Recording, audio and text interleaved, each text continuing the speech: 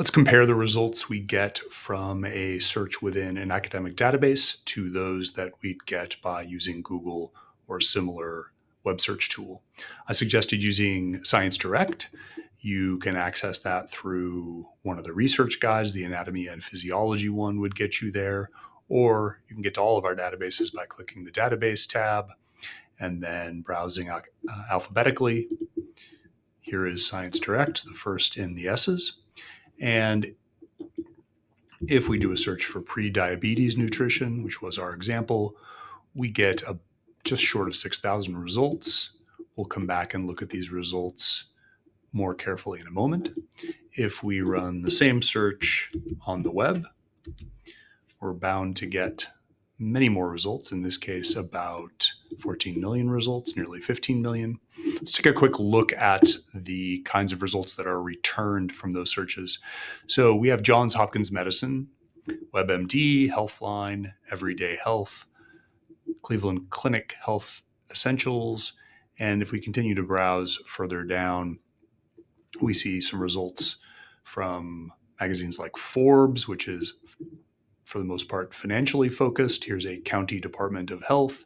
Here's BBC Good Food, which is the cooking page of the British Broadcasting Corporation website. So you get a significant range. And as you go on down, of course, you're going to find some entries from Instagram and other social media, as well as some sales offers from links to Amazon and other sites.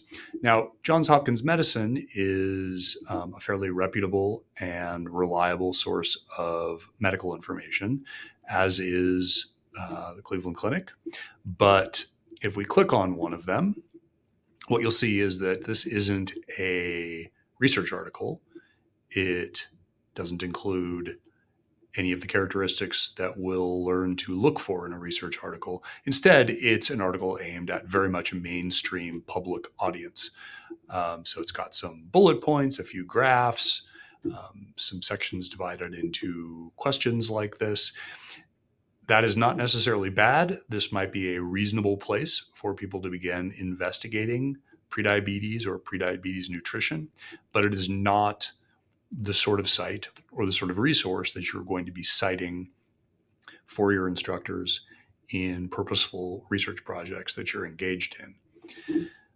Let's take a look at the results in Science Direct.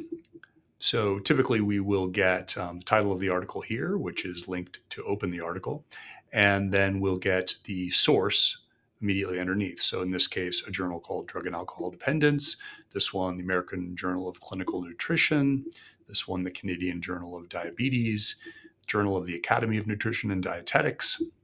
You also can see what date that edition of the journal was published. So these clearly are scholarly journals aimed at a particular audience, which is health science professionals, researchers, people in clinical professions, which is why you would use them for your research needs. A couple of quick things to look at here that I also mentioned in the text is that some of these articles, it says full text access right here, some of them don't have that note. That means that this article is collected in Science Direct as a bibliographic record only, so you won't be able to access the full text. The ones with the green dot that say either full text access, as this one does, or open access, as this one does, are available. I can quickly limit my results to just ones that I can access by clicking Subscribe Journals.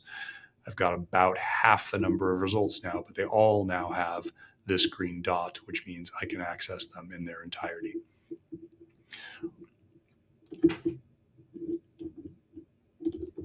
In both of these cases, both the search we ran in Science Direct and the one in Google, we used a simple search term, prediabetes nutrition, which isn't a bad place to start if we're just beginning to explore what's available to us in the academic journals, but we will be working on building more effective, more targeted searches, and that's where we'll head for the rest of Module 2.